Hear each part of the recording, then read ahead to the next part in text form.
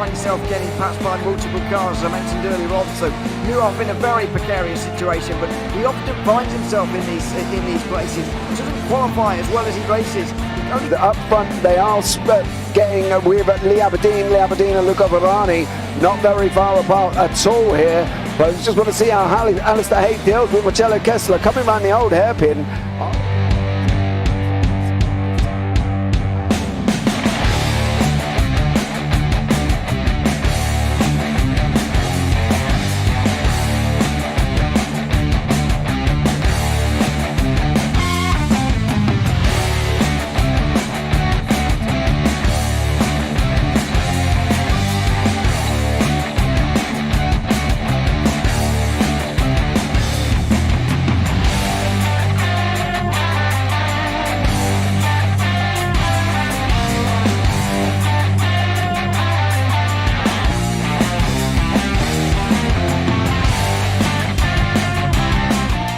Say it's not the best decision they've ever made, just not having done that under the safety car, really.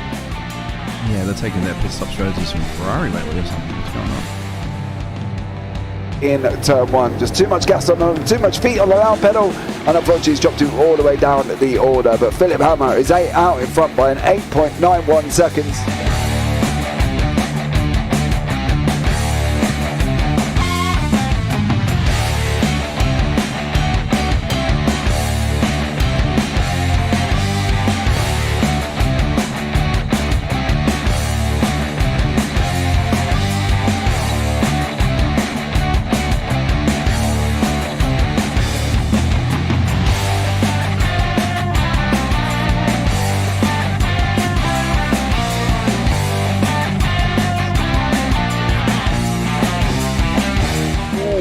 Dan Michael is a wall there, sir.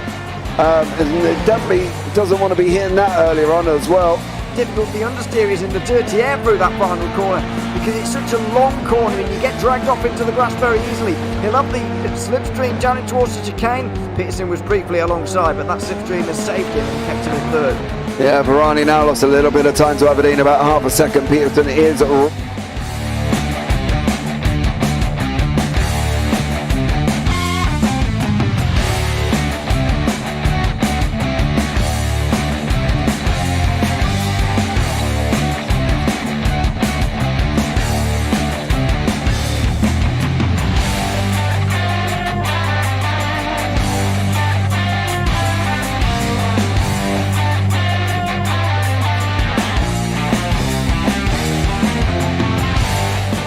Pike's pushed Morton forward up ahead. He's got out of line. It's now Pike going to have a go at Werrell. Don't push him off. He's in the championship fight. Jack Werrell chasing down Carl Jacklin. Further down, Rob Williams and Chris Barnes. Sensational run outside line now though for the heavy braking zone. Around the outside goes the Audi R8. Look how much Miller's come back into play. Exactly. Miller's still such trouble. He's not on second and change. All of a sudden Miller's back in play.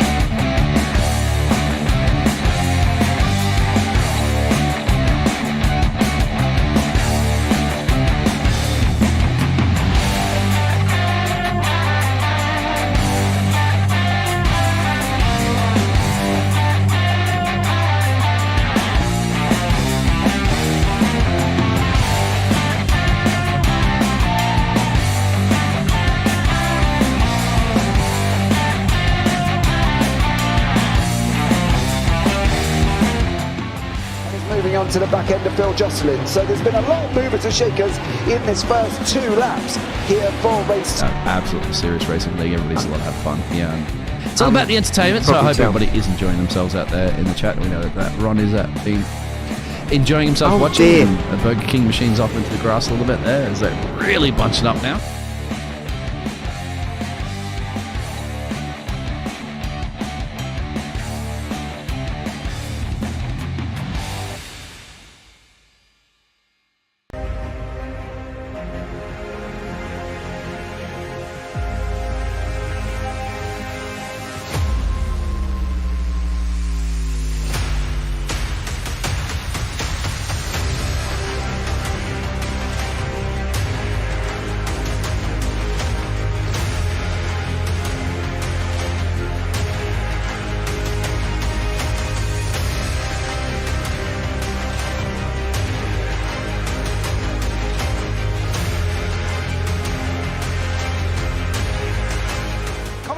Does he have it? Medeiros is going to get it. Oh, they're going to toss it.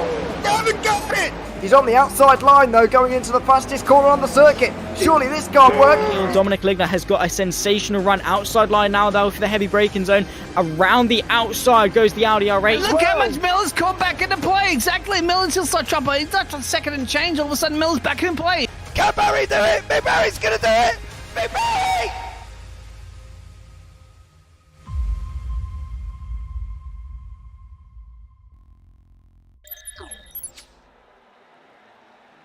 To round 10 of the Radical Race Series here for Season 1 in 2024. It's time for the Temple of Speed, the tremendously high-speed circuit here at Monza, ready to be raced on for the 10th round of our championship. The reason why I mention the speed, of course, is because we're taking out the first chicane here this evening. We're on an extra high-speed version of this racetrack here this evening, ready for the third last round of the season.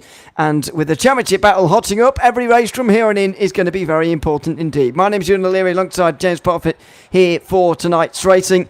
And it is going to be interesting. Monza normally is a great place to go, but it's especially going to be the case here today with such high speeds and no first chicane, which is the site of a lot of chaos normally.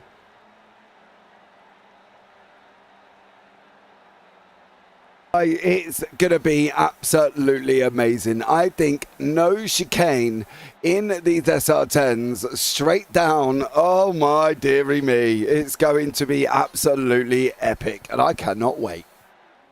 Yeah, can't wait. It's going to be fantastic to see this 10th round of the championship. Let's have a look at the championship standings before we go any further here this evening. There's a 17-point gap between Simon Edwards and John McCutcheon going into today.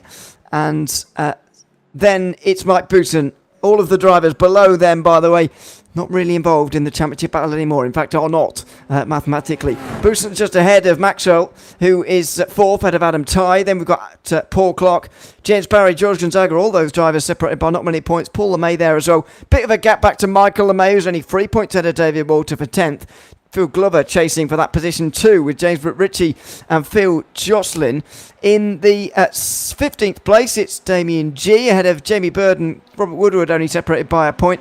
Then we've got Jeff McIntyre 18th ahead of Paul Crabb and Sergio De La Cruz to round out the top 20. And then those who haven't really attended very often this season, unfortunately. Ben Cooper, Dan Webster, Leah Anderson, David Beasley, Martina Ward, Colin Wynn, Graham Brown, Stuart Geddes and Aaron Thompson, all drivers who have appeared for 3 rounds or less, 2 rounds or less even, for this season. So there's your championship standing. 17 points between Edwards and McCutcheon is the important gap, but with McCutcheon not here, that is a bit of a concern in terms of the championship for us. Yeah, he's still got 5 minutes to go, and he does jump in towards the end of quali. So I'm praying that he's going to be here. Otherwise, this is going to be done. And I know we've said mathematically it's not, but I still think theoretically it would be over. It would be Simon Edwards' 6th championship. Well, I believe so. I mean, let's just talk a little bit about the maths behind that. John McCutcheon wasn't here last week either, of course, and so scored 46 points. But Simon Edwards also had his drop round after 2 incidents on the last lap of both races, which we'll go and talk about as well. But he scored 53, which is a gain of 7 on the day, so it doesn't sound like an awful lot in reality, but actually at this stage in the season, it certainly is. And especially now because of his remaining drop rounds. So in the last 2 rounds, if this round is not a drop round anyway, excuse me, in the last 2 rounds he can drop a maximum of 31 points. Now, if today is a drop round for him, then Simon Edwards would gain a minimum of 13 on John McCutcheon, which gives him a gap of 30 with John McCutcheon, a maximum of 31 to gain. So what it would mean is that John McCutcheon would have to win all 4 races in the final 2 rounds, and Edwards would have to have a bit of a disaster. So that's why I say that it's mathematically possible for him to catch, but it's not realistic if he doesn't turn up tonight. No, but it's a challenge, isn't it? Let's be real about it. It is definitely a challenge, and I think it's one that I don't really know how to put it, because I want this championship to go down to the fight, to go down to the wire, but I'm just struggling to see with the consistency of Simon Edwards. And I know John's a warrior, and I love John deeply, and he is the Scottish William Wallace of SR10. He never gives up. You know, you may take my championship, but you're never going to take the win. He is all, I get all that. I just finding it really hard with Simon's consistency, and he has been super consistent this season. He has, but he has been complaining a little bit last night about the track. Well, not necessarily the track, but his driving on the track, I think, is what he's been complaining about. He said last night that he's still feeling, not even last night, at 4:30 this afternoon, he said that he's not feeling great around here, and said that practice didn't go very well last night, couldn't get into the circuit, and he's predicting a bit of a pile-up into the second chicane on lap 1 as well. We'll get to lap 1, but first of all on Simon Edwards, I mean, he does say that, I don't want to say often, but he does say it probably more often than is actually reality, because he forgets obviously that he's probably a better driver than 90% of the field, and that's no disrespect to everybody else. He's just a very strong driver and one of the very best in the world in the SR10 and SR8. Yeah, I fully agree, and I think that's the thing with Simon. He does sandbag a little bit, you know what I mean? And before you know it, he's top of the time and tower, winning by 5 seconds, and you're like, come on, you know what I mean? Mr. Edwards, I think we need a chat. You know, so I don't know. I like, maybe he's just very good at mental games. You know, that mind messing with all the other drivers and giving them that brief moment of hope, and then he comes into the race and completely just obliterates their hope process, and it just goes out the window. I don't know, but I think overall it's going to be interesting. It's going to be exciting. That first run, they are going to clock up an insurmountable amount of speed here. Let's see if Crab does he go round, or has he stopped? Oh, he just goes and stops there, unfortunately. I was going to see if we can get sort of a rough idea of how many miles per hour they're going to be clocking down the straight. Let's see if Phil stays out. He does stay out. He's got about 1:23. Let's have a look and see what he clocks here as well, because I think he's going to be touching at least 160, maybe 165, if he can just get a little bit more. Oh, he has just one. Oh, still going. Might get 170 here, although he will have to go around the Curva Grande, I suppose, and he'll just scrub off a bit of speed with the resistance. Well, not that much, actually. He'll maybe touch 170. Simon Edwards might touch 170 with the lower wing, because we know that he does sometimes do that. You can imagine, though, that Simon Edwards, well, not just him, actually, a lot of the drivers have gone for very low downforce setups today. Oh yeah, they're not going to be running a wing. They've obviously got it on the car, but I would be very surprised if it's set very high. I think it would be a very low, skinny wing that basically is just enough to keep the back end on the floor. I don't know how much it's going to be doing. I know at 165 miles an hour plus here, it's going to be working its absolute butt off. But I think overall it's going to be interesting as Maxwell. You might be able to see the difference there, because Maxwell top 172. Jocelyn didn't get near that. So unless Jocelyn's wing's a little bit fatter than Maxwell, producing more drag, and he's not going to be able to get it down. But you can see 170 at the 100 metre and then down to 60. Wow, that's going to be a big old braking zone. Luke Maxwell, top of practice then as we go into qualifying. However, he won't top qualifying, Luke Maxwell, and I can say that with confidence already, because he has been issued a pit lane start for this round at Monza, or at least, I should say, the next round that he participates in is what it is legally noted as by the stewards, but since he's at this round, he will have to take it in race 1 here tonight. He incurred 3 warnings in the same season for, the same incidents. Now, he wasn't given any penalty for the first incident we saw at Road Atlanta in the sprint race near the end with Simon Edwards, because as the steward said, he made a proactive effort to give the place back, and he did legitimately give the place back. So his penalty that he would have got on his licence points and his 5 championship points taken away were not in the end, and it was deducted to just a warning because he gave the place back. But in the second race, he didn't give the place back, partly because it was the last lap, but that doesn't matter as far as the stewards are concerned. And so he's been given a 2 licence point penalty and 5 championship points deducted for the incident on the final lap. I find it interesting that he was judged at fault for both of them.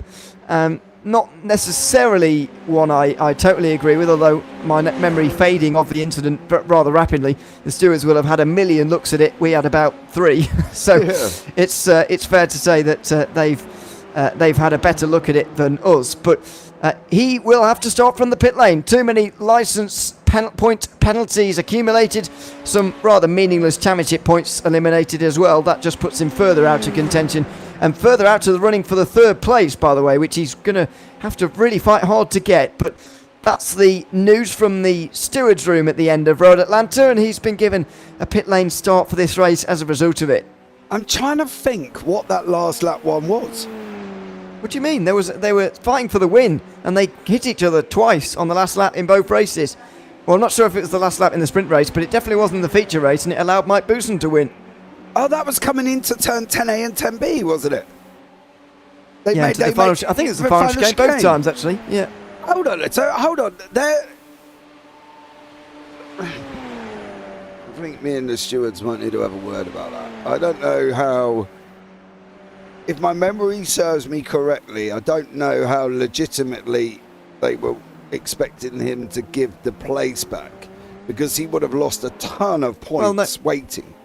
No, they wouldn't have expected him to give the place back. However, if he's at fault for it, then he would be given a penalty. But by giving the places back, he would get rid of that. So they're not expecting him to give the place back, but they're just saying that if you do, then you will get it reduced to a warning. At least in this case, that's probably not the case in every situation.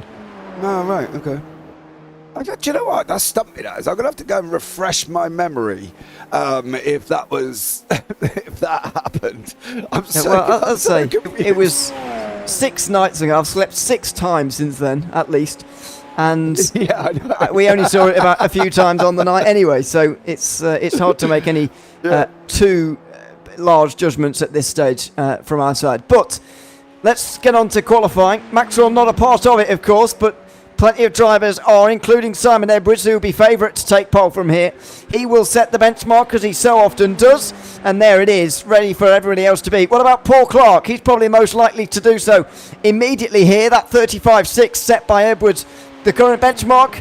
And what is Paul Clark going to do? He's going to go 3rd, even behind Michael LeMay, in fact, 4 tenths behind. Jimmy Bird slots up to 2nd place. Jeff McIntyre with a couple of purple sectors towards the end. What's he going to do? He goes to 3rd, just 3 tenths away, less than 3 tenths away, in fact. James Barry goes to the top. 5 purple. Oh, and Gonzaga as well. The times are coming down.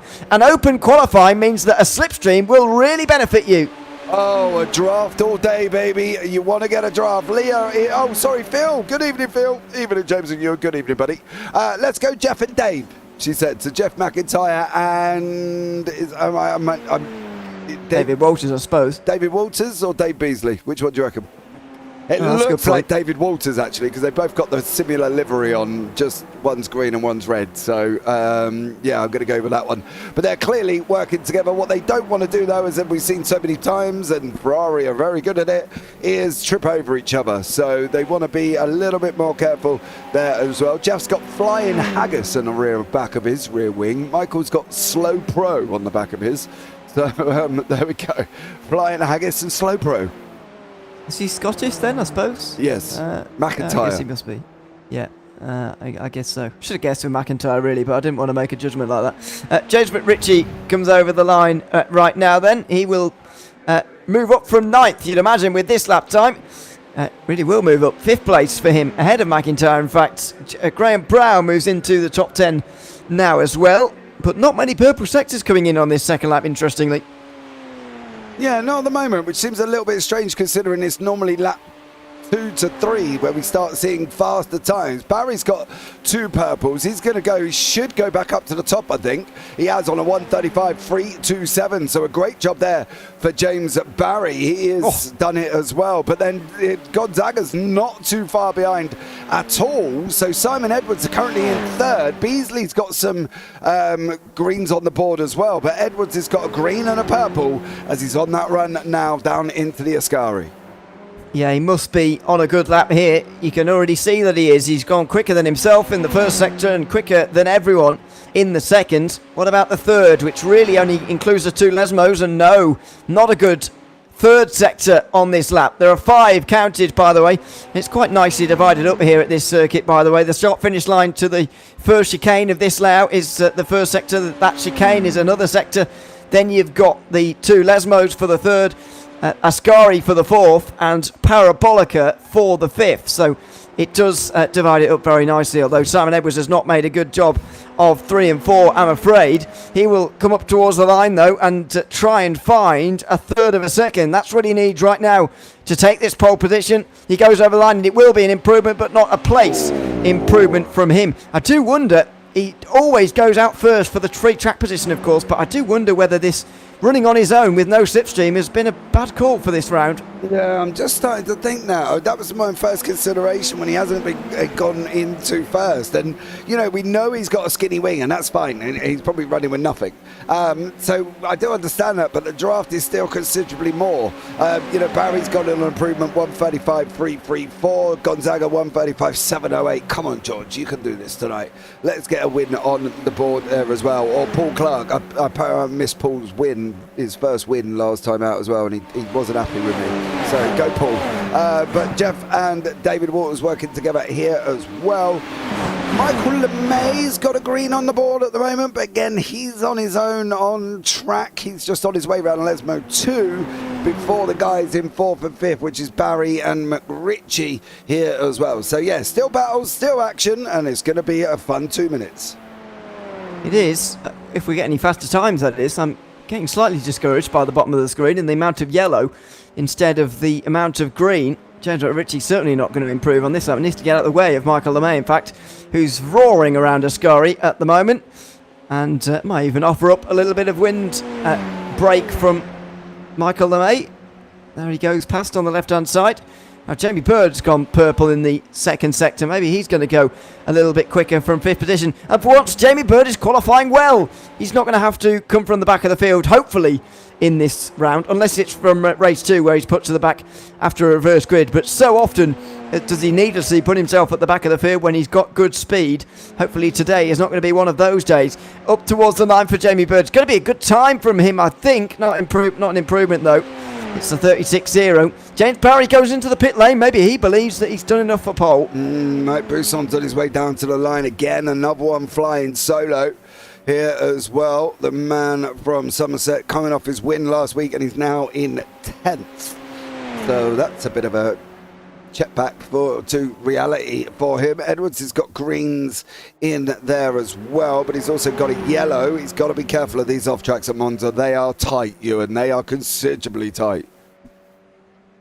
They are. You've got to be careful. And of course, for those 3 bonus points as well, if you avoid any off tracks or incident points, then you get an extra 3 points added to your name. So worth having. You might as well give it a go, especially around a circuit like this with not many corners on it. Simon Edwards, the most likely driver now to take over this pole position. Jamie Bird also out there, but he's not going any quicker in the opening 2 sectors, although Simon Edwards hasn't been any quicker through the last 3, so this is looking pretty dire for those looking to displace James Barry or even George Gonzaga from the front row.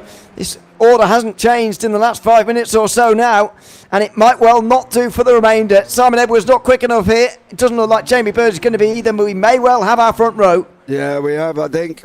Keeping an eye on Damien G. He's got some improvements as well. Is he going to bump himself up from 13th? I could probably safely say, oh, no, he's not. That's the end of that one. So there you go. I can guarantee this grid will not stay the same, but it's on your screen for you there, sir, as well. It certainly won't be, even into the first braking zone. James Barry and George Gonzaga will be on the front row nevertheless, ahead of five-time champion Simon Edwards. James Ritchie with a good performance to get to fourth, ahead of Jamie Bird and Graham Brown. Jeff McIntyre and Michael LeMay will share row 4, ahead of David Walters, who shows good speed in practice, maybe less so in qualifying. He's ninth ahead of Mike Bousson, the race winner from Road Atlanta. Paul Clark and Paul Crabb will share row 6. In 13th position, if Irising wants to show it to us. There we go. Jamie G will be alongside Phil Glover. David Beasley will be with Phil Jocelyn next to Luke Maxwell, who couldn't qualify. Paul LeMay, who didn't qualify. Neither did Adam Tighe. All of those guys up towards the top in the championship, along with John McCutcheon, who is here in time. Just sneaked into the bottom, did John. So fair play to him there as well. Wow. How's it going to work out here? What do we think is going to happen? Well, I don't know. As I said earlier, people are predicting a bit of a smash and a crash into the second chicane. I've got faith that there's not going to be one. Okay. Well, we're going to find out in very, very shortly for 9-lap sprint race here as well. Don't forget, coming up after this, of course, we have got a 15-lap feature here given as well. Lights coming on. Yep, here we go. The lights are coming on. Maxwell starting from the pit lane, of course, with LeMay and Tighe still in pit lane too. The lights will go out now. We're underway for the first race here at Monza. It's a good start from Gonzaga, although the second phase he couldn't really get alongside James Barry on the way towards the Curva Grande, which is turn 1, of course, at this layout. No big stop down in towards turn 1 as normal. It's Simon Edwards. Oh, 4 wide very nearly, as down the inside goes Jamie Bird, flying into the lead of this race at Monza already. James Barry displaced from the front with the slipstream. He's getting overtaken left, right and centre. Down into the second chicane they go. Will the big crash materialise? It will a little bit. Michael LeMay has gone around. Paul Crabb has hit into him. Looks like David Walters involved as well. It's been clean for the top 5 or 6, but for the rest of the field it's been a struggle. And here goes James Barry up the inside of Lesmo at 2 even, and he gets back to the lead. Oh man, 4 wide, what chaos that would have been there as well if they'd even remotely tried doing that all the way through. Jamie Bird, go on, he is battling like a trooper. Edwards is trying to come back through as they're going side by side now into Ascari. Bird's on the outside, Edwards on the inside. He gets it, Edwards does there as well. Looks like Jeff McIntyre's off the side of the circuit here as well. Damien G still managing to keep going. James Ritchie, Graham Brown, boosts on 3 wide as well, going into the final corner. And what happened to James Barry? Because he's lost the lead now to Edwards, and he's lost second as well. Jamie Bird breaks too late into Parabolica. He goes way wide, and now he's being overtaken by everybody. And now watch out for the slipstream. This is going to be madness on the front straight. James Barry's going to have a chance to get back to the lead with 3 wide already in the background. James Ritchie is going to be in the middle very soon with Mike Bousson on the very right-hand side. Here we go into the Curva Grande. It's going to be James Barry who's going to get to the lead right now. Ahead of Edwards, they'll be pleased to run single file, but those behind certainly won't. It'll be Jamie Bird getting dragged into this one, with Brown getting side by side with James Ritchie at the moment. Into the second chicane they go for the second time, and they're single file back again for the top 10 or so involved in this group, and they involve John McCutcheon. Oh, McCutcheon up 11 places, the Scotsman. He stayed clean. He's just now gone up 12. Is he going to get Bousson? What sort of fight is Bousson going to put up? Probably not a lot here. He knows John. There you go. He's going to let him through there. Oh, Bousson's got to slow down anyway. Make no difference for John McCutcheon. Now he's on the trail of James Ritchie. The draft is strong in this one, young Padawan. Here, so some great action. Gonzaga, Edwards and Barry there as well. So some great action so far. Yeah, McCutcheon's got to be careful he doesn't lose the slipstream of the front group now. The top 6 getting away slightly as James Barry pulls off to the left again, does he? Well, he's weaving around a little bit. George Gonzaga's going to be overtaken now by Jamie Bird. A lot of overtaking into the final corner already today. Wasn't expecting to see this, but with the straight coming up immediately afterwards, there's little point really.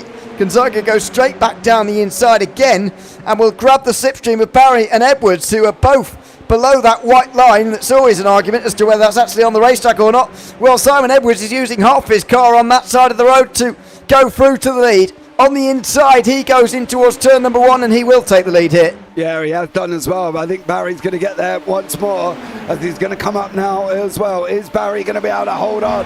He goes and sweeps to the outside. Edwards is late on the move. And there you go. The brakes. Hit the brakes. Hit the brakes. They're going to try going in. Barry slots in behind. Oh! Edwards has made a mistake. Barry's going to get the outside run there as well. Oh, he just... Gonzaga's coming up. Bird's in this. It is all going off here tonight on that run. Down into the variante here. No! Gonzaga off the road, and he's actually recovered very well, and he might be able to get back in the group here if he's quick. Maybe not. He can't quite catch the slipstream of Phil Glover, and he might well have his steering out of whack anyway. He'll be in the second group with Bousson and Beasley by the looks of things as McCutcheon moves up to the top 5. What an amazing race we're seeing so far, and high drama already. Here's the incident. Yeah, George Gonzaga there as well. That was Graham Brown that got into him, and unfortunately George does spin round there. He does a couple of pirouettes, manages just to keep it out of the barrier, so his steering should be okay. But we've got this happening again with Barry and Edwards. It's Bird down the inside first of all, then James Barry and James Ritchie. McCutcheon and Brown so close behind as well. What a fantastic group we're seeing so far. And below the white line he goes. Jamie Bird goes for the lead, and Barry's going through as well. McRitchie tries. Oh, there's contact. Edwards sends Bird into the wall, and there's a contact as well with one of it's Clark. Oh my goodness.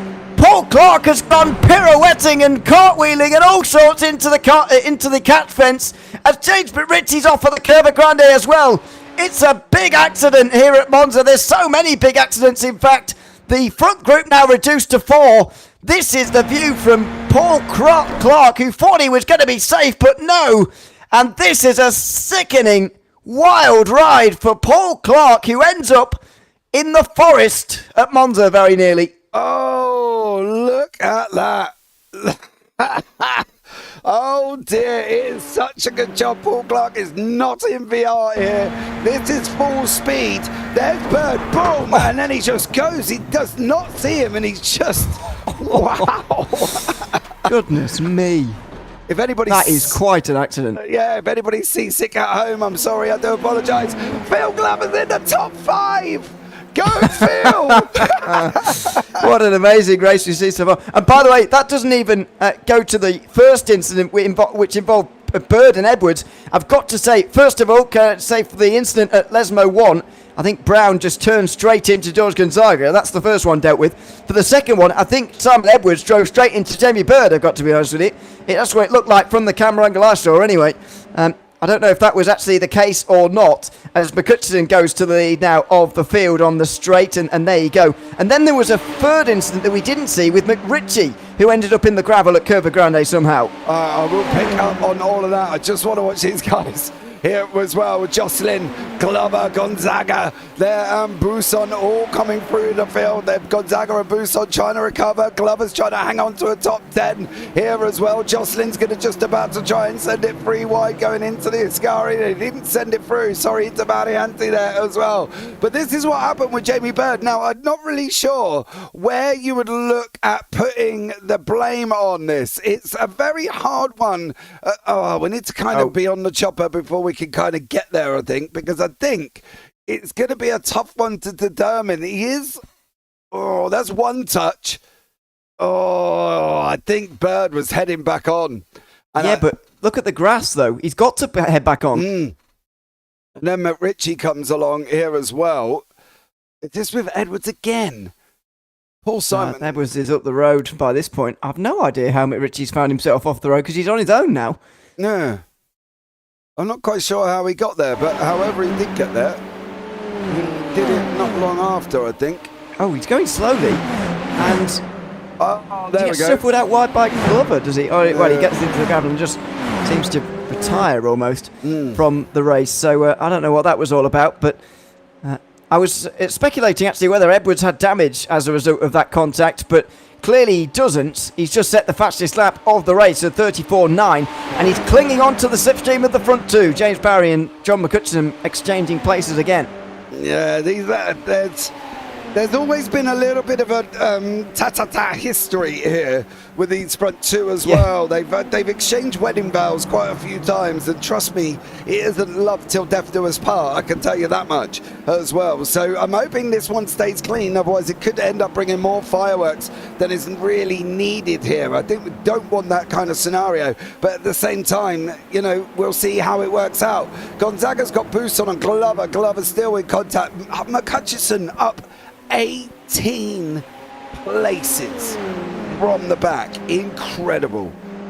Yep, absolutely amazing. Showing that once again he doesn't need to qualify seemingly, and he can still compete with the very best. Maybe this championship is still on. 17 points between them. You just never know in this series. He's turned it round before, back in, what was it, season 2 last year? Yep. Where he turned it round at the final race at Le Mans even.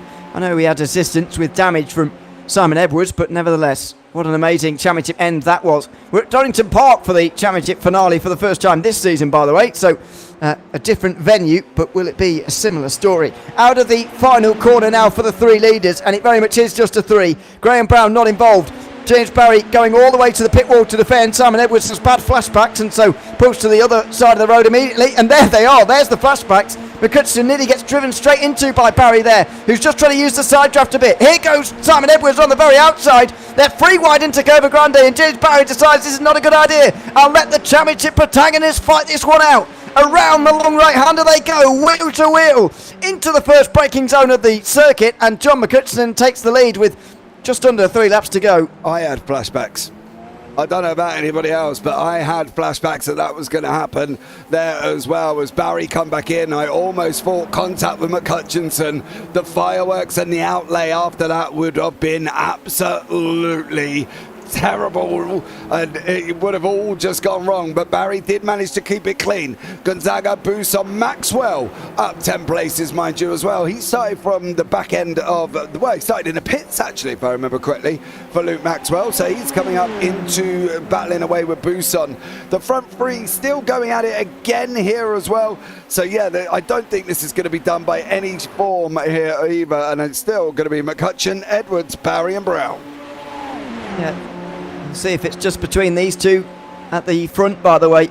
There's 3 points, by the way, the gap between first and second in this sprint race, in the sprint format system. So that's worth noting before we sort of continue on with this race. Now, out of the final corner for John McCutcheon. He's going to be reeled in very quickly by Simon Edwards. And I think he'll just hand over the lead at this point.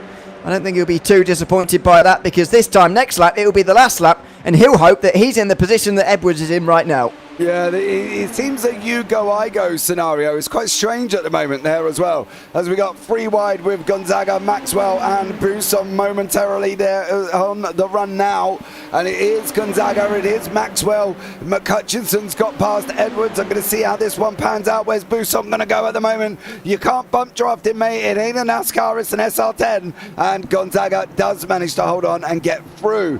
For McCutcheon and Edwards, different scenario now. How would you play this? Because it's not the first phase of the straight, it's the second phase where they really get going. Is it going to be to you, to me scenario? You know, you go, I go, I'll let you through here and I'll get you back sort of thing.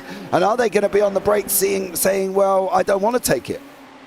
Well, we'll have to wait and see. It's going to be a very interesting one indeed. I've got to be honest, I thought that James Barry and Graham Brown were going to be out of this, but clearly they were just hanging back and waiting for the moment to strike, and that's going to add some ambiguity to this one that Simon Edwards and John McCutcheon really don't want. John's waiting. You can see him waiting into the final corner. James Barry's not waiting. He's down the inside of both very nearly. Simon Edwards is going to have to give him some space, and John McCutcheon is too. And now Graham Brown's probably going to have the best run out the final corner of the three of them. Barry slots in between the two championship protagonists, and now we'll look to the inside or outside. He can't really go to the inside because he's boxed in very cleverly by John McHutchison, who steamed through the middle into the lead of this race on the final lap. Simon Edwards is going backwards with every metre, and now he's going to be boxed in as well, because James Barry's on the outside going into the Curva Grande. Graham Brown can't really get involved here, and doesn't really want to by the looks of things either. John McHutchison still leads the way, although he will have to defend from Simon Edwards and Barry on the way in towards the chicane for the first time, the Della Roggia, and there you have it. John McHutchison's in the lead. Wow. I'm holding my breath every time they go down there, but I can tell you what, it's not finished. I think McHutchison, if he can get away from Barry a little bit, he's got 7/10 at the moment, that might just be enough. Graham Brown, I don't think's going anywhere. I don't think he wants to get involved. I don't think he really even feels he has to, and he's just sitting there in fourth place, covering off, consolidating their position. It's not done. They've got one more straight out the Ascari up to the Curva Parabolica at the end, of course, or the Michele Alboreto Curva Parabolica, if you want to give it its full name. So I think there still could be a move from Simon Edwards, but it depends which way James Barry goes. If he hugs the white line, it's going to be difficult for Edwards to make the outside. And they've been best of enemies in the past, but James Barry might just become John McHutchison's best friend in a couple of moments' time, because he's holding back his championship rival into the final corner, and John McHutchison is going to complete his last to first challenge at Monza. What an unbelievable race from him as he takes the win here tonight. James Barry's going to be second, and Simon Edwards just hangs on to third to lose just 5 points to John McHutchison. The gap in the championship comes down to 12. Oh, dearie me. It's getting closer. McHutchison did make it. That's the one thing. He made the session and he made the win, and he's gone from last to first, and it was chaotic. We saw that there was lots of issues going on for some of these guys as well, but at the end of the day, he's here, he's taken the win. Job done. It's part one for John McHutchison. Let's see how he gets on for the rest of it for the future. Yeah, we certainly will do. What a fantastic race. John McHutchison can't take the championship lead tonight, by the way. He can only gain 15 points, I suppose, with a zero incident race he could, but I can't see any of them happening around here, to be honest with you.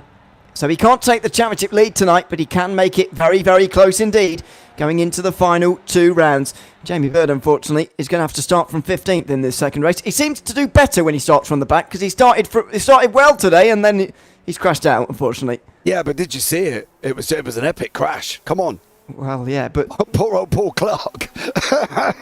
oh, goodness me. If he's in VR, he's flying. Yeah, you'd be seriously seasick after that one. It was a spectacular accident. But what an opening race of the evening. Fantastic entertainment from start to finish. And John McHutchison goes from last to first in the race. The top 4 covered by less than a second, with James Barry, Simon Edwards and Graham Brown coming home in that first group. George Gonzaga was the first of the second group drivers to finish 5th. He was ahead of Luke Maxwell, Mike Bousson and Phil Glover, who was there too. David Walton and David Beasley will share the front row of the reverse grid. Phil Jocelyn was 11th, ahead of Michael LeMay, Jeff McIntyre and Paul Crabb. Then Jamie Bird, the final of those who finished on the lead lap. Paul Clark finished 1 lap down. Judgment Ritchie retired, as did Damien G. Paul LeMay and Adam Ty never made the start. But what an opening race that was. Thoroughly enjoyable. I don't get the feeling all the drivers have been thoroughly enjoying themselves, though. There's been a few incidents, I think it's fair to say, and this reverse grid race is normally the more chaotic of the two. Yeah, I'm just... You know, we thought it was going to be one of the races, but I think this has turned into quite an astoundingly epic race. Trying to go, they were almost 4 wide right at the beginning. Then you go in 3 wide all the time round the Curva Bassano. It was just insane. And, well, they have to be admired for what they've done, because it was absolutely epic. It was, and the championship gap now comes down to just 12 points. I've got to say, when we logged on earlier this evening and saw that McHutchison wasn't there, I thought, he's not going to turn up and this championship's over. But we've seen him, first of all, log on, and in the last half an hour, we've seen him bring this title fight right back to the forefront of our minds. Yep, last to first. If anyone can do it, I'll tell you what, John McHutchison can. That was just incredible. He stayed out of trouble. That was the main thing. Staying out of trouble and basically just getting through the carnage and the chaos that commenced in front of him. And he did it really, really well. And you saw that there as well. But the grid's going to be up for race 2 very, very shortly here, Ewan, as well, as we go into this feature race. What are we expecting from this 15-lap feature? I don't know.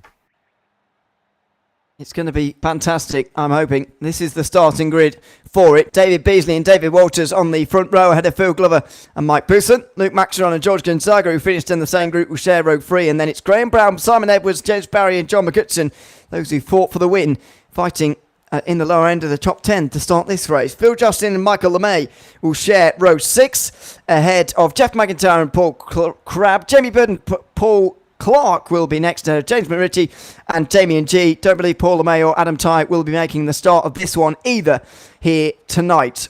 So, 15 laps it looks like for this race this evening, and this second race of the evening. 5 rounds to go in the Radical Race Series for Season 1 of 2024. What a fantastic opening race it was, and we're ready to do it all over again for the feature race here at Monza. The lights come on now with David Beasley and David Walters on the front row. It's the reverse grid race from Monza, and we are underway, and there's going to be lead changes immediately with Phil Glover making a wonderful start. It's 4 wide already for the lead of this race. They're going to have to squeeze in here through the access road as Mike Bousson takes the lead into the Curva Grande. Let's hope they all make it through here safely as Maxwell's on the very outside, for example. He's very close to getting into the gravel, but it's Mike Bousson who takes the lead immediately here. Glover going backwards through the middle of the pack. Simon Edwards on the very outside. He might well have to cut across the chicane, but it's clean by the looks of things, apart from for Phil Glover, who's dropped down the field. Oh, what happened? Why? He got the start of his life, did Phil Glover. He was there well into it. I thought he was going to take the lead. His boots up, Beasley's up.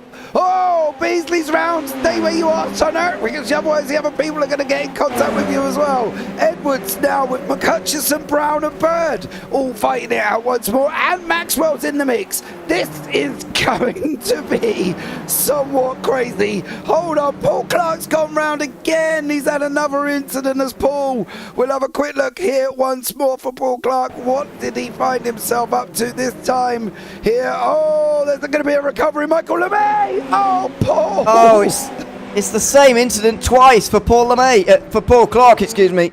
What a disaster for him. And that will be the end of his night, I reckon. Now, John McHutchison's already up to 5th place. Paul Crabb down to 6th, with Edwards in 7th, and he's working his way around. And that is Graham Brown with them as well. James Barry hasn't quite been able to make it with the leaders. John McHutchison is boxing in his championship rival. And what clever driving from John McHutchison. Fantastic. 3 wide into the Curva Grande. This is amazing stuff between these 4. And Graham Brown goes up to 5th. Oh, John. He boxed in Edwards and allowed Crabb to come through. And there was just nowhere for him to go. You can see in the background Bird there as well. McIntyre made a mistake. He's going to have to cut through. Ooh, there as well. But Paul Crabb now behind Simon Edwards. He's now going to try and hang on to let Johnny Hutch run forward here as well. He's got Brown in front of him. I don't know if that's going to be a big, massive fight, but Richie and Jocelyn, they're tangling. McIntyre and Jocelyn tangling side by side here as well. And wow, this is insane. We should race here every week. This is fantastic. I know. Absolutely amazing.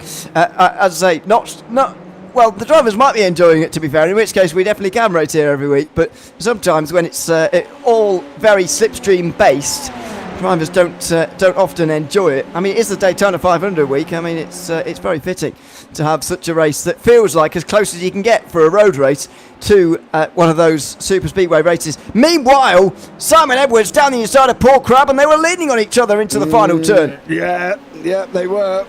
Edwards was basically they were both doing it. Edwards and Crab were leaning on each other coming around the final curve of Parabolica. Now Crab's looking at going up the inside again. No McHutchinson for help this time. McHutchinson's pulled out, mind you. He's going to go past Graham Brown up in front as well. Gonzaga and Maxwell are going to take it side by side currently here at the moment. Crab still behind Edwards, surprisingly enough there. I thought he would have got him here as well. And then further down, we got McRitchie side by side with G, Jocelyn and Glover as these guys are scrapping it out once more here. Oh, I don't even know where to point the camera. There's so much action going on. Yeah, there is a lot happening out there on the circuit at the moment. By the way, Simon Edwards will take this as another drop round if he's not in the top 3 of this race. So just bear that in mind. If Simon Edwards doesn't finish on the podium, this will be a drop round. And John McHutchison will be able to gain up to 15 points in that case, but he needs to win to do that. There he is, working his way past Paul Clark. He's doing his very best to stay out the way, everybody, and does a very good job of doing so. Graham Brown gets ahead of Simon Edwards now.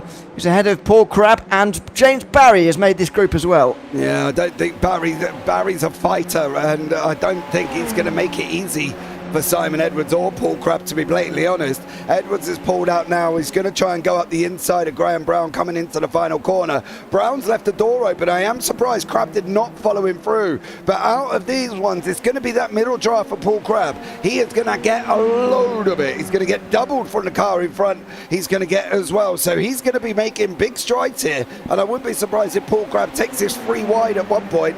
Boosson and Waters have just still up places there as well. Now he's behind Graham Brown. McHutchinson's getting reeled in a little bit as these guys are coming up on the draft. Graham Brown's going to take the inside. Is he past Edwards? He's not. McHutchinson's just up the road on that run now round. Here we go. McHutchinson did not get very far down the road as Edwards is closing in on the braking zone. There's a big send from Barry on the outside. Oh, gee, where's he come from so far back? He muscles his way through and gets into 8th position out on the circuit for now. The group 1.2 seconds behind Maxwell and Gonzaga, by the way, for this fight for 3rd position. I do wonder whether that group of those who did well in that opening race and finished in the podium places in the opening race, can they get back to the front group and actually contest for the win here, or are Boosson and Walters going to work together to prevent them from catching them? You ever show me 2 racing drivers that work together? Well, they are for now. Well, for a minute, but I don't think it's going to be much longer, to be honest, there either, because they're going to see this other pack closing in. Maxwell's picking them up down the line as well. McHutchison and Edwards are coming. This could easily be a 6-way fight if the guys behind catch the draft, the guys behind them catch the draft, and they're going to be pulling in for an absolute trooper. So here, this could be a very interesting scenario. Waters might have to make a decision. Does he stay or does he go? And at the moment, he's looking at going. Well, he is going to go through, but there's going to be no contest from Boosson, I don't think. Simon Edwards is going to get past McHutchison as well. Gonzaga gets past Maxwell. So, in fact, there's a lot of working together going on at the moment, or at least a lot of non-fighting. Not in that group behind, though. McHutchison and Edwards can't bear to see the sight of the two of them working together at the moment. McHutchison goes back down the inside again. The front straight's so long, in fact, that you can get overtaken and re-overtake the driver who's just overtaken you. Like a double overtaking, and you get overtaken and you're getting back again. So some great stellar action from these guys up the front. We've got Paul Crabbs off the side of the circuit there as well. Damien G, Phil Jocelyn and Phil Glover all fighting out with Jeff McIntyre. Actually, where's Glover gone? How's he ended up down there? I thought he was going to do so well here this evening, Phil, my little sweetie. Unfortunately, he's all the way down and 7 seconds off a pack there as well.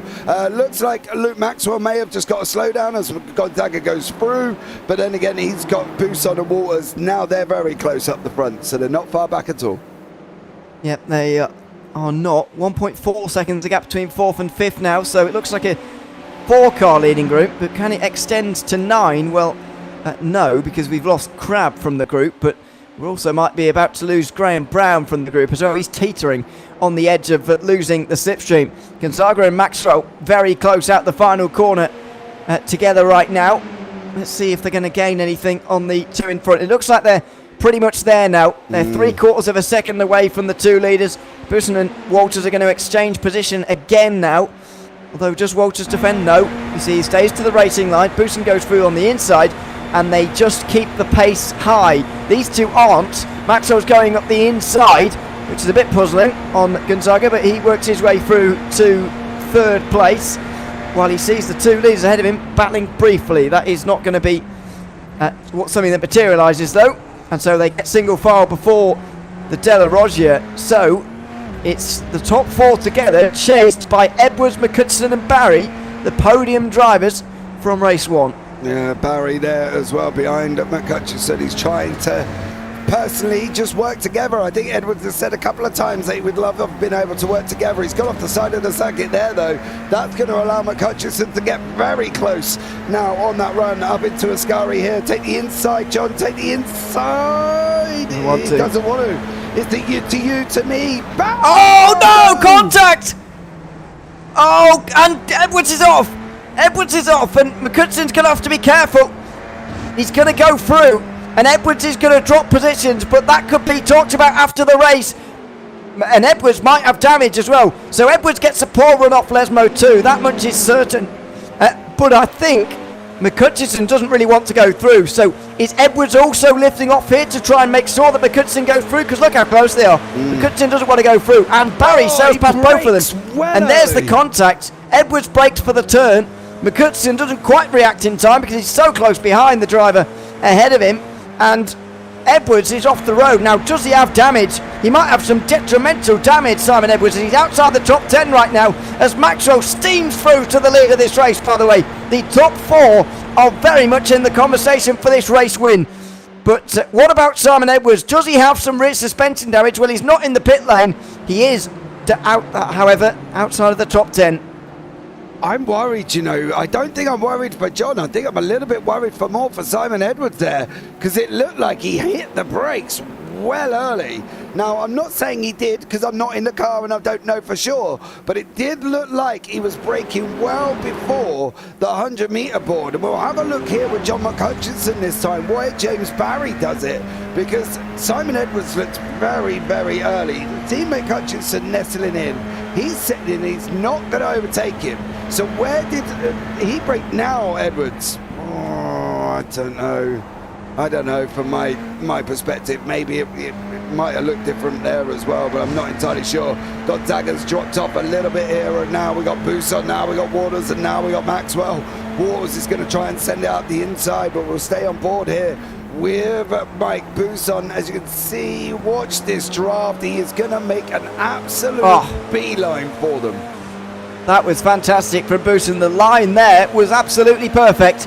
So he'll keep the slipstream of Walters, and he'll steam straight through here to the lead. He's got to be careful he gets into the lead too early here, because he might get drafted past again here. He's just got to protect the inside. Walters slides straight in front of Maxwell, who doesn't take any notice of it. Goes to the outside instead and actually boxes in Walters for his troubles. Now goes to the outside through the Curva Grande. It's a long way round there, though, through a flat-out corner. So he's got to be careful, but he will be on the inside for the Della Roggia if he can stay there. Gonzaga very much back involved again with the slipstream, and Maxwell hangs on to second place behind Bousson, the new race leader. Bousson's out in front as well, but he has got Luke Maxwell, David Waters and Gonzaga, Barry and McCutcheon trying to close up 1.68 seconds here. Edwards is all the way down in 12th, battling away with Jeff McIntyre, and Bousson must have come to slow down because he's just gone from first to fourth. Bousson. And does he lose the group is the more pressing issue and worry. I don't think so. But he is allowing that second group to catch up. Now, John McCutcheon is currently in 6th place. If he finishes here, he will remain the same amount of points behind Simon Edwards as he was at the start of the day because of the drop rounds and the way that has worked. But with every position that he gains points on Simon Edwards. Yeah, he's going to have to try and get up and past James Barry. Barry's going to have to try and get past Bousson because we know they're in the same team, the Radline boys. So if they don't I'd be surprised if Buson, if Barry does get up there, he doesn't hold him up here to allow John to come back through, because I'd be very surprised if they didn't do that. Maxwell all the way to the left-hand side now as well. Buson going in for it again, over through Gonzaga. Gonzaga's picking up from Waters. Now McCutcheon. Barry's going to be just nearly teetering on the edge there as well. He's now got the draft. Waters has pulled him in. Now he's going to be able to go through. He is at Buson. Is he going to be able to get past on Gonzaga? He's not. Waters is there, Maxwell's there, Barry and McCutcheon, just Ewan. They are literally so close to this draft, they can almost touch it. And they're very much there now. Barry's had a great run through the De La Rogia, and so he is on the back of Mike Buson now. And John McCutcheon very much there too. We've got 6 for the lead with 6 laps to go at the line. This is going to be a big race from here. If McCutcheon wins, he gains 15 points on Edwards on the day, by the way. So he will bring that gap right down in the championship to just a couple of points. He won't, of course, get the pre-bonus points for not having any incidents in this race, because he has already hit the back of Simon Edwards, of course. Yeah, I'm wondering where the stewards go with that. As well. Yeah, that's going to be a very interesting scenario where they look at. They've got to be looking at various angles of it, whether or not it was an early break, whether or not the lift. We saw it, the me to you scenario, you know, for Stafford and Hamilton all over again for the DRS. That's what we had. McCutcheon did lift, and he stayed in behind Edwards, and you saw Barry go through. He wasn't even on the brakes at Barry's point. So did Edwards break a little bit earlier? Who knows who's going to work it out? To be honest, we'll just let the stewards get on with it and see what they do here as well. Gonzaga, Buson, Barry and McCutcheon, all teammates. Gonzaga and Barry, Buson and McCutcheon, and as Waters tries to go side by side with Maxwell. Yep, it's going to be through for Waters. Maxwell lets him have that one, actually, into the Curva Grande. Will Gonzaga go through as well? Maybe. Looks like he's on his way through here. And Buson maybe too. No, they all sort of slot into line again. Barry and McCutcheon really close in this time. So they're right there now. You can see the gap's very much diminished between all these drivers. We're in the final third of the race, so we will be very shortly. And it's going to be a very, very exciting final third as well. What a race we've seen so far. Calmed down a little bit in the last few moments, but we're in for a grandstand finish. Yeah, I don't think we're done. I can safely say this is not over with these 6 guys up the front there. Craven, McRitchie also finding out. Edwards and McIntyre. Don't know if Edwards has got damage, because he's not really clearing McIntyre currently at the moment. They're running side by side. It looks like McIntyre might just still be able to hold him on pace there as well. But Edwards is trying. He slots in. Edwards did go through there on McIntyre, but McCutcheon and Barry and Buson, you can see Buson getting out the way. He's got out the way. He got out the way. Oh no! Again. And Buson's off as well. McCutcheon hesitates a little bit here, and Buson spins for a second time. So there's been contact again here with John McCutcheon, who may well be seeing his championship fight go away as a result of incidents. Now it looks a little bit, well, careless from first view, but let's have another one here into the final corner. So Barry, is he lifting off here? I'm not entirely sure, but there he's going to hit the brakes now. And McCutcheon doesn't react there either. Buson doesn't react either, by the way, and hits McCutcheon too. I don't know. It seems so bizarre that I can guarantee Buson hit McCutcheon. That's what makes me worry when I talk about the brakes issue. Do you know when I said about braking early? Because if Buson's hit McCutcheon, he wasn't expecting Barry to brake either. I'm partial to think that people here are the masters of their own downfall, not only from obviously McCutcheon, but Barry and Edwards. They've got to, if the stewards are going to go back, look at where they're braking every other lap to look where they braked on that one, because you cannot make a judgment without looking at that, especially as the fact that Buson wasn't expecting it either, because he hit McCutcheon as well. I don't know, I think McCutcheon's going to land himself in some trouble for those, I've got to be honest. I think he could get himself in trouble. I mentioned earlier on that Maxwell also got docked 5 championship points for his incidents at the Road Atlanta races 1 week ago. Now, they don't matter so much to Luke Maxwell because he's fighting for third in the championship, and although that's a close fight, it's not like he's fighting for the title. McCutcheon certainly is, and 5 points would really put a dent in his charge.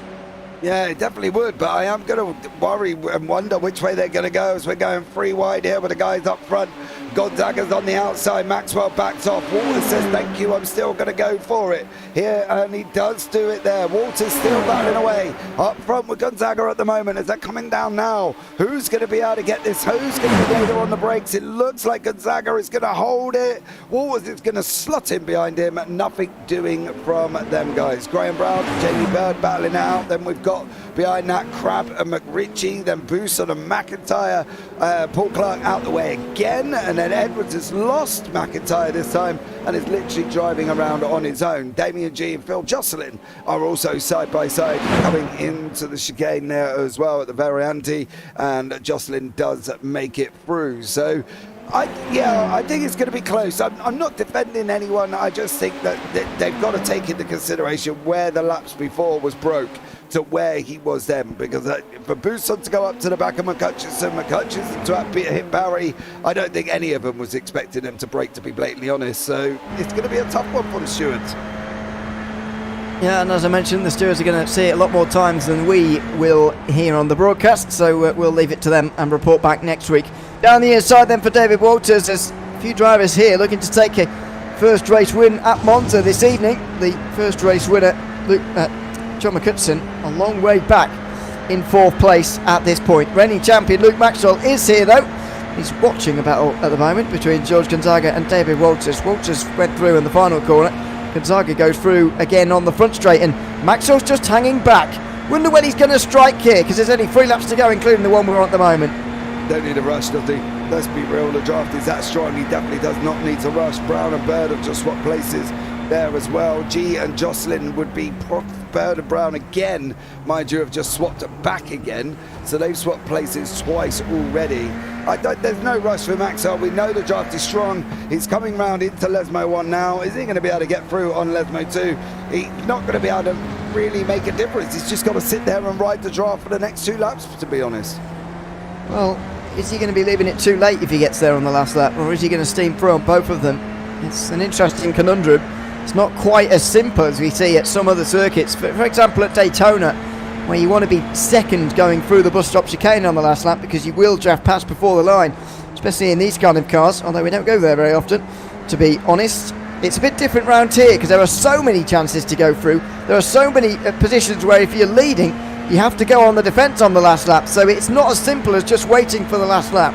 Yeah, it looks like Walters is going to take it here as well. So David Walters goes up the inside of the curve of Parabolica. Now what's Maxwell going to do here? He's dropped 4 tenths at the moment, not massive. I'm sure he'll pull it back in going down the straight. You can pick it up yet, about 4.5 here as well. He's trying to go past on Walters. Walters there with alongside Gonzaga. Gonzaga now takes the lead. Walters now switches in between them, but here comes Maxwell on board with him here as well. Gonzaga side by side with Walters. We get a bird's eye view here, Ewan as well. This could be a side by side battle right up into the second variante here as well. And sliding straight in front of Walters there is George Gonzaga onto the leading position again. Down the inside he goes, and he continues on in the lead. Walters gets into second, and Maxwell's still there in third. He's clearly waiting for the last lap. Oh yeah, he's not rushing. He is not rushing this whatsoever here is Maxwell. He's too clever. He's too clever to rush it, Ewan, and I think he's just got no reason to. So it's going to be interesting to see what Maxwell does. I can tell you that much, because I think if he does manage to make it on the final lap, he would do an absolute stellar job in making it as well. So let's see what pans out as we're going into the final lap very, very shortly. We are, and the big moment of this race, arguably, on the front straight. Maxwell needed a better run through Ascari there, really, to get a bit closer through the final corner, but he might be helped out by Walters going down the inside anyway, and he is. So Walters goes into the lead into the final turn, although only remains side by side with Gonzaga, maybe to just diminish the possibility that he can get a run out of the final turn. But it's going to be Luke Maxwell with the speed on both of them as they take the white flag for the last time. He is a few car lengths away though. Walters leads over the line for the penultimate time, but it's going to be Gonzaga who takes the lead. Walters slips back into the slipstream, and here comes Luke Maxwell. He's in the slipstream now. He's looking to the inside. Walters defends from him. Maxwell will go to the outside here, but he's boxed in. He can't go either way. Walters to the inside through the Curva Grande. Maxwell looking for a way through, and he's going to have to find it on the outside here. He forces Gonzaga to the inside. He breaks once again to avoid Walters into the Della Roggia. Gonzaga takes the lead. He breaks late, and he takes the lead. Yeah, Gonzaga did there as well. Maxwell had to check up coming out of the Variante as well. So unfortunately for Maxwell, he did have to check up on Walters there because Gonzaga had come through. Walters got a slow exit, and then Maxwell had to check up on him.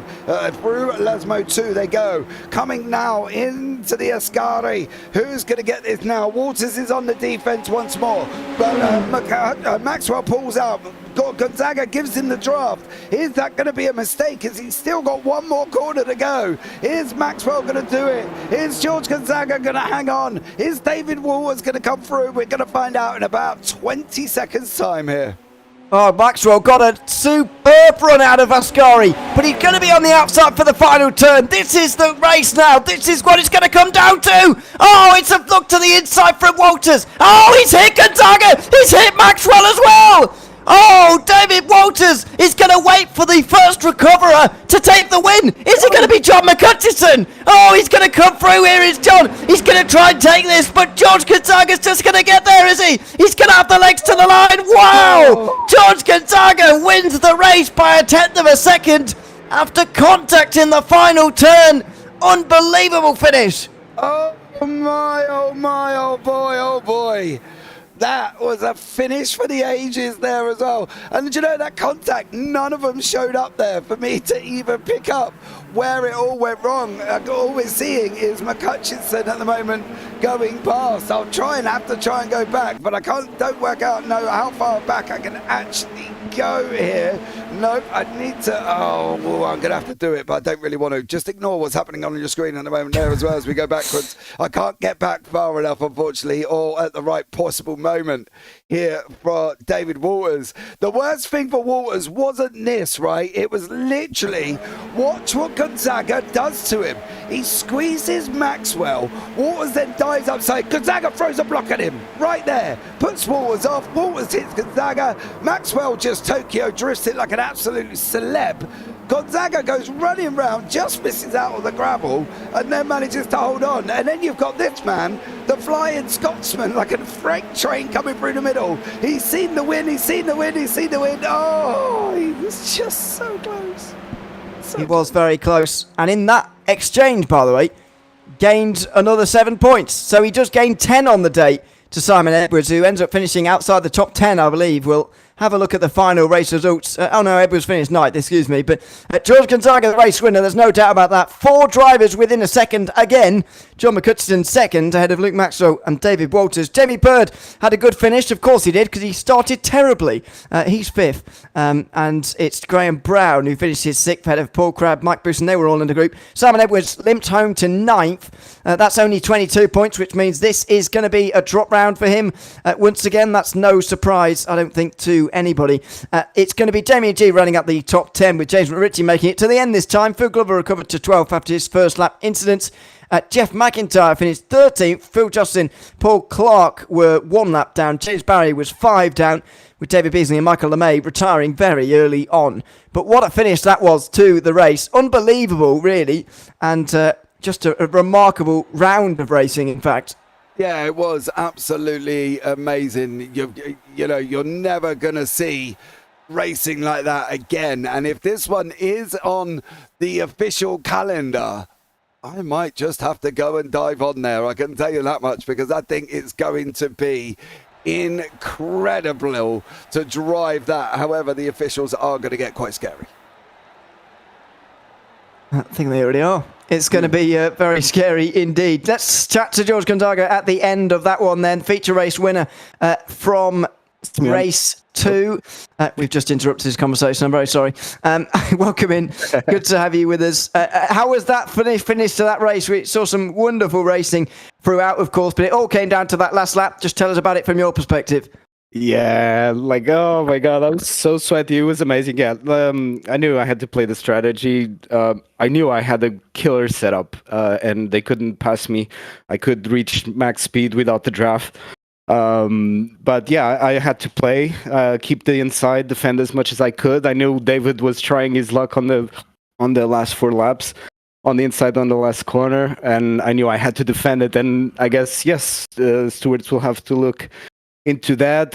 In my defense, I tried to react as soon as I saw him move, so it's not like I tried to push him out of the road. I did try to defend the inside line. That's going to be argument, but let's see how it goes. So I'm not sure if I should celebrate or not, but I'm happy. I'll take it. Oh, George, celebrate, for God's sake. Just get on with it. Yeah. Come on. You blocked him. You threw a block at him, mate. That's it. At the end of the day, everybody does it. You do it in anything else. And with the Daytona 500, you do it rather well as well. So fair play to you, George. Celebrate as much as you want until the stewards tell you differently. Exactly, yeah. I'll drink the champagne, don't worry. Yes, mate. Yes. That's good, it's good. I don't think it'll be premature, I've got to say.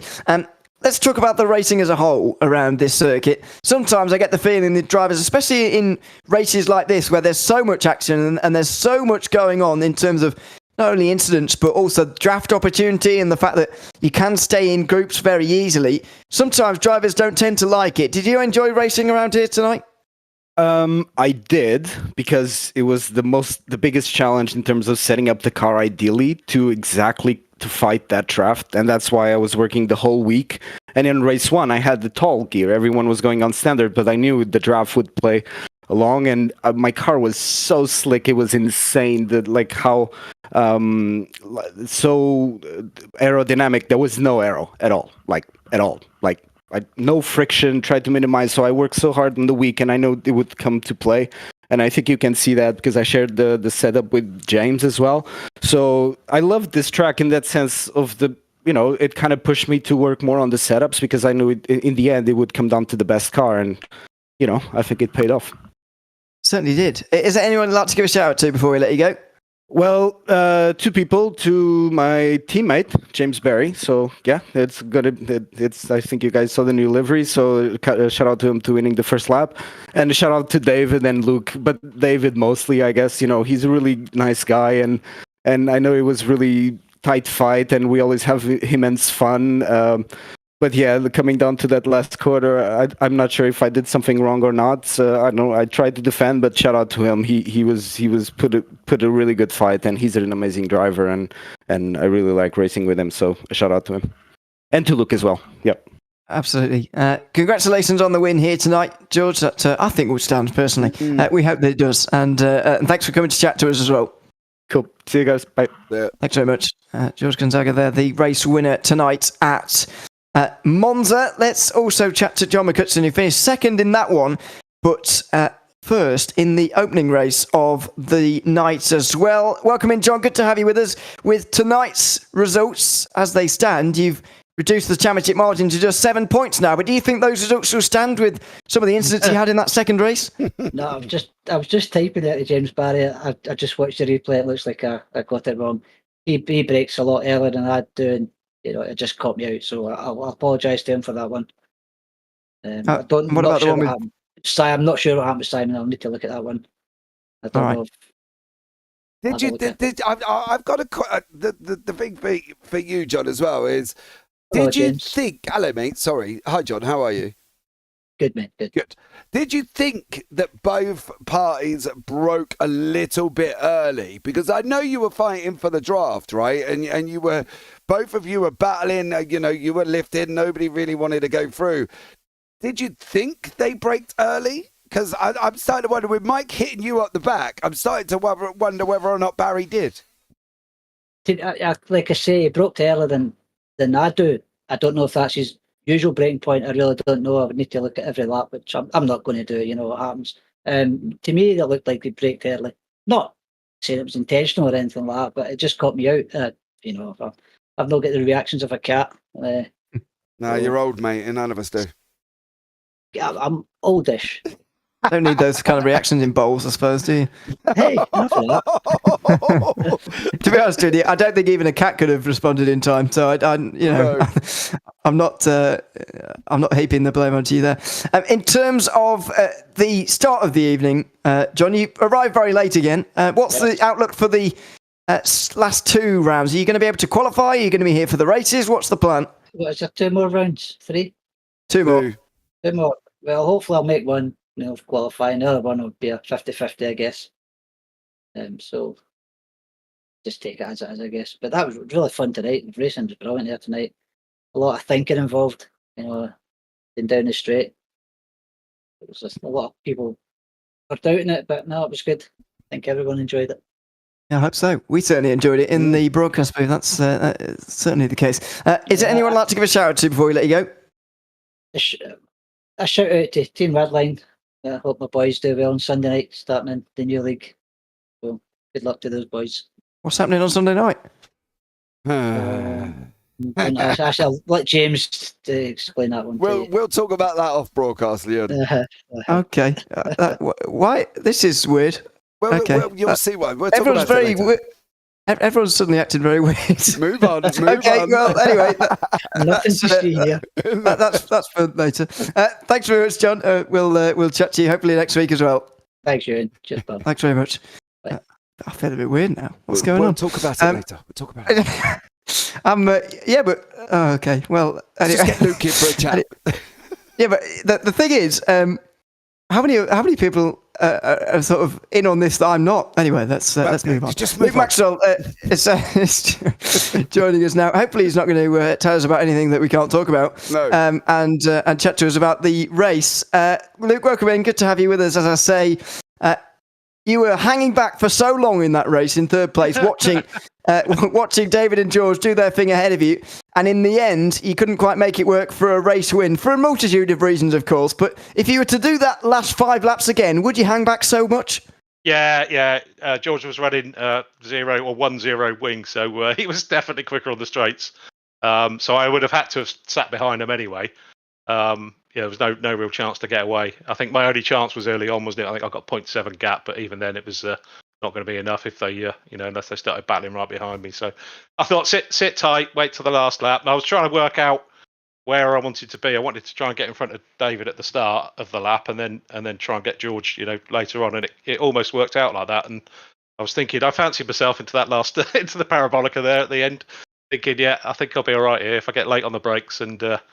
George forced George into a tight line. I could probably get on the gas a bit earlier and beat him to the line because although he was quicker, he was a bit slower getting up to speed. So I fancied it. Unfortunate, these things happen. So overall, I think starting from the pits in race 1 and finishing sort of P3 race 2, I can't complain, can I? I suppose not. I mean, what's your view on that last corner incident? Just sort of overall, because it was very dramatic, I've got to say, and for one driver to send 2 into sort of a half-spin gravel situation as what happened is a bit odd. So what was what is your reading of it now that you've 5 minutes or so have passed?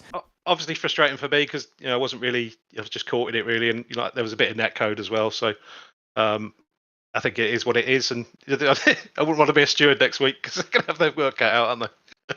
They are. That is definitely. It could be game changing though with them stewards. I've got to be honest. Whatever decision they make could really affect the championship going forward, especially with the McHutchinson stuff as well. So, I think you're right. I wouldn't want to be a steward for this week either, to be honest.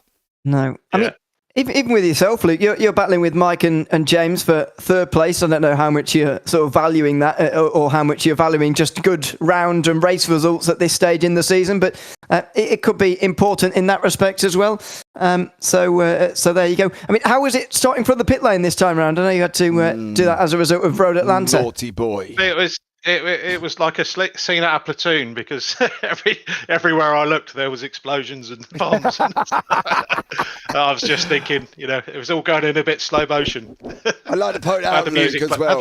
Had the music playing in my head. Ewan hasn't probably watched that movie, but it's just us old people that know what that is. Oh yeah, sorry, yeah. Well, it's not because of my age; it's because I don't watch films, but or maybe both. But all rubbish now. So there you go.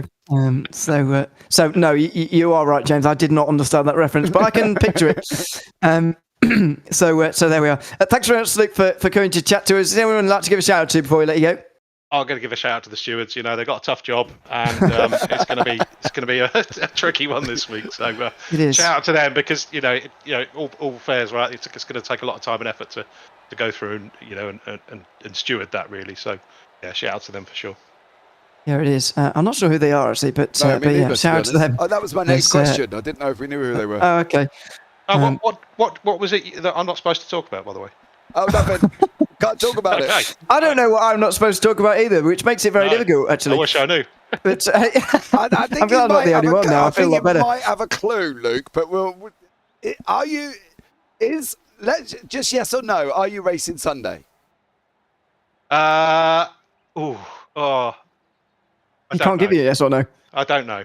Right, okay, that's fine. That's fine. Don't say any more. I'll talk to you about the rest of it after. Oh, a yes or a no. So I am in the dark on my own. That's you great. are in the dark, yes. I love this. This is great.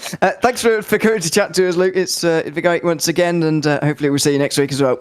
Cheers, boys. Take care, mate. Thanks very much. Nick Bye. Maxwell there chatting to us at the end of tonight and making me feel even worse. Let's welcome in Phil Glover, who has had a pretty decent evening here at Monza tonight. Welcome in, Phil. Good to have you with us. Fair to say that race 1 was going very well for you and ended up very well for you. In fact, you were inside the top 5 at one point, finished inside 8th place, I think, certainly inside the top 10.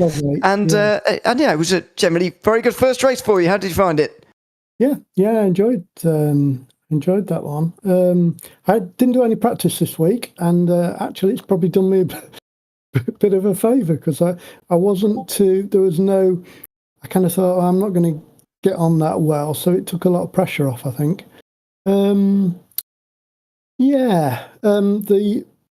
I thought I might have been, at one point I think I was running 6th, and then a couple of people passed me, and then that dropped me down to 8th, I think it was. Second race, started 3rd, got actually a good start off the line, but then I don't know whether that to lift or something, but anyway, I was one of 3 or 4, I think, coming into the first corner. I thought this isn't going to work out, so I slowed down, let them go on, and then into that chicane, first left, I got front lock up, so that meant me going straight on, and it kind of. I think I also got some damage on the front end, because from there onwards, my times were, I just couldn't pick up any time, just losing time to people in front. How did you find the race? How did you find the racing overall here tonight? I enjoyed it. I thought it was quite a good track to use, actually. Obviously, it was quick, but you had to think a little bit more, I think. Particularly with the long straights, I guess those at the front would have to be thinking about not necessarily wanting to be first on the final lap. I enjoyed it. Yeah, you're absolutely right. That was the discussion going on up front. There's no doubt about that. Is there anyone you'd like to give a shout out to before I let you go, Phil? Yourselves and everybody in the league as usual. And look forward to speaking to you next week. Where are we next week? We are at Mount Panorama again this week. Since you're on every single season ever of this. I do like Unofficials. I do like that track. There's a lot of jeopardy there, isn't there? So it favours the brave of heart, I think. There's no doubt about that. Phil, thanks so much for coming to chat to us again, and we'll see you next week. Yep. Take care, guys. Cheers. Thanks very much. Phil Glover there chatting to us at the end of 24 laps of racing. An enthralling action as well. Paul Clark is asking for awards for flying through the air more times than anybody else ever in this series, and he might well get it after this round of the championship. What a fantastic round 10 it has been. Thoroughly enjoyable. Such great racing. Some of the best we've seen all season. Yeah, absolutely. It was epic here. This is such a good track. And I think I think this needs to be on the calendar every year, because this was just absolutely amazing. But you are right. We're off to Bathurst again next week for our perils once more for the 6th season in a row. So let's see how that one goes. But yeah, I think the stewards this week, whoever they may be, or they shall not be named, because we ain't got a clue, to be honest, I think have got a tough one. They're going to have to go through lap by lap, I think. It's going to be tough. It certainly is. There's no doubt about that. Well, thanks very much for watching, everybody here today. It's been great to have you with us for this round of the championship. And what a fantastic round it has been. Just 4 races to go now in the championship. And if results stand, the gap is down to single figures between John McCutcheon and Simon Edwards. Just 7 points separate them with 4 rounds to go and a lot of racing ahead of them as well. Bathurst coming up next week, followed by Donington Park for our finale. Make sure you subscribe to the JPB YouTube channel so you do not miss those rounds of this championship and all the other rounds of all the other championships that are going on, including more racing later on tonight, of course. But for now, from myself, Ewan O'Leary, James Parfitt alongside me as well. Until we see you in 1 week's time at the Mountain, it's goodbye for now.